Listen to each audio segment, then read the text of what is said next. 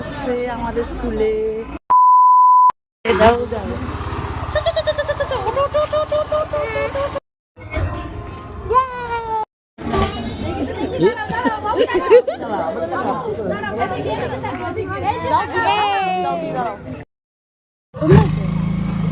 কত সুন্দর school, light জ্বলছে, তাই তো।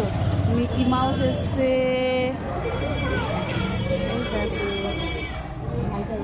মিকি মাউস এসছে আমাদের স্কুলে। আর এখন দেখো শীতের যেহেতু সকাল, চারিদিকে কুয়াশা ভর্তি, আর সূর্যটা আবজা হয়ে রয়েছে। আর যেহেতু প্রথম দিন স্কুল বলে সেদিনটা একটু তাড়াতাড়ি চলে এসেছিলাম, এসে দাঁড়িয়েছিলাম।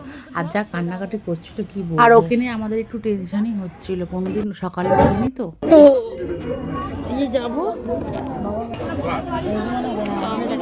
আমি যাবো তো।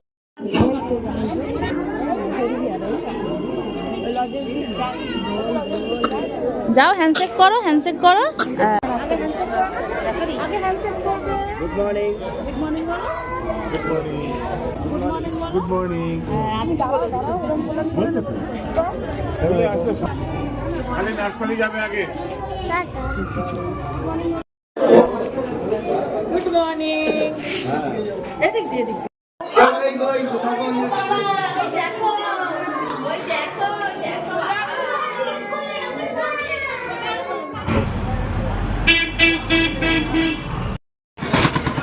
আর সত্যি বলছি, সেই মুহূর্তের জন্য ওর কান্না দেখে না আমার মনটা খুব খারাপ হয়ে গেছিল, তাই এখানে চুপচাপ দাঁড়িয়েছিলাম। বড় মেয়েটাকেও যেহেতু নিয়ে এসেছিলাম, খাবার টিফিন খাওয়ার সময় হয়ে গেছিল, তাই এই দোকানে গরম গরম কচুরি ভাত ছিল, তো ওকে বললাম তাহলে এই দোকানে ফার্স্ট কাস্টমার ছিলাম, কিন্তু আমি তখনও পর্যন্ত বউনি হয়। তাই দেখো ওরা কি করলো, বলছিল ওখানে প্রথম ভগবানকে নিবেদন করলো, তারপরে কিন্তু কাস্টমার বলতে আমাদেরকে। তখন ওর বাবা বললো দেখে যে কচুরিটা খুব কিন্তু লোভনীয় লাগছে, তাই জন্য বাবা বললো তাহলে আমিও কিনে তো ঠিক আছে খেয়ে নাও। আর অনেক সকালবেলা যেহেতু আমরা সব সকালবেলায় চলে এসেছিলাম, একটা খুব একটা সকালবেলা এই কচুরি খাওয়াটা পছন্দ করি না।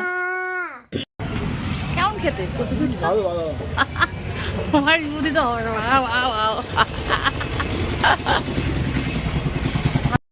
হ্যাঁ, তাহলে মিতা মার্কেটে বাজারটা করে নিয়ে চলে আসি। আর এখন বাজে 8টার সময় বাইরে দাঁড়িয়ে সব কচুরি খাচ্ছি, আর এমন সময় তো বাড়িতে ঘুম থেকে উঠেছে, আর মেয়ের জন্য আবার সব রুটিন চেঞ্জ হয়ে গেছে। এখন দিয়ে দিচ্ছি, ব্যস্ত রাস্তা।